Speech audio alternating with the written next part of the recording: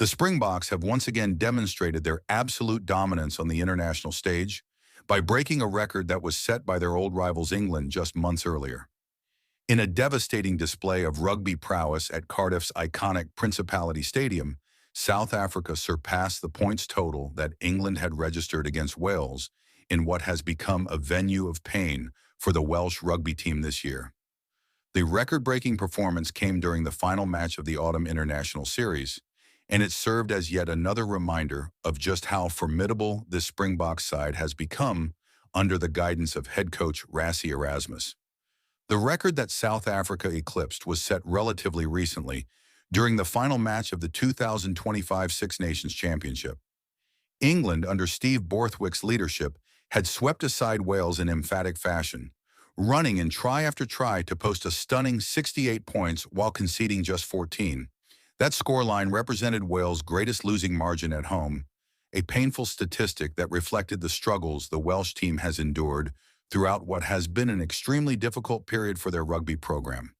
The Principality Stadium, once a fortress where visiting teams feared to tread, has become a place where records are set against the home side rather than by them.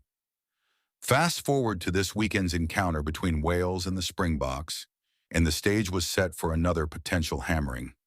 Wales were forced to overhaul more than half their squad for the match because the contest fell outside the official test window. This meant that 13 of their frontline players were unavailable, having returned to their clubs in England's Premiership and other competitions. The Welsh coaching staff faced the unenviable task of assembling a competitive side from what remained, knowing full well they were about to face the reigning world champions and the #1 ranked team in global rugby. The Springboks weren't immune to selection headaches either. They lost 12 players to their clubs and provinces, forcing Erasmus to make 8 changes to the starting 15 that had defeated Ireland in Dublin the previous weekend. However, and this is the crucial difference, the depth available to South Africa meant that even with those enforced changes, they could still field a remarkably strong side. Players who would walk into most international teams found themselves coming off the bench for the Boks, a luxury that few nations can afford. Despite the apparent gulf in resources and available talent, Erasmus was careful not to underestimate Wales in his pre-match comments.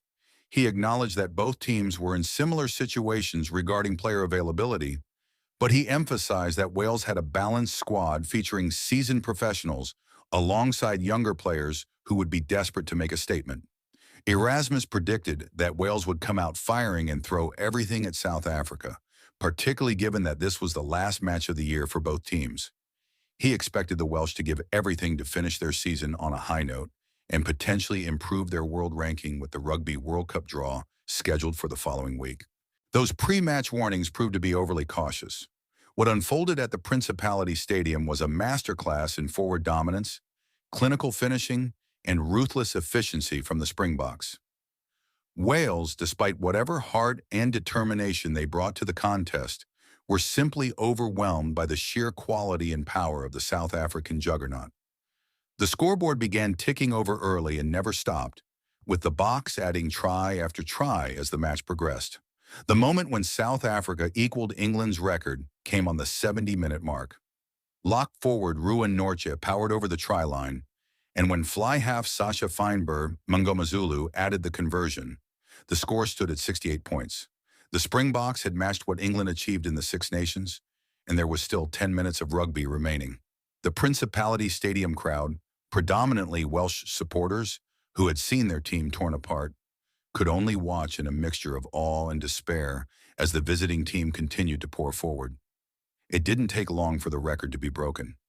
Just 5 minutes later, on the 75-minute mark, another lock forward, this time the legendary Eben Etzebeth, crashed over the line to extend South Africa's lead even further. When the conversion was added, the scoreboard read 73 points to 0.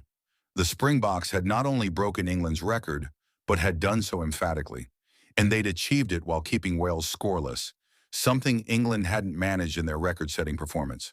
The sight of Etzebeth scoring that record-breaking try was symbolic in many ways.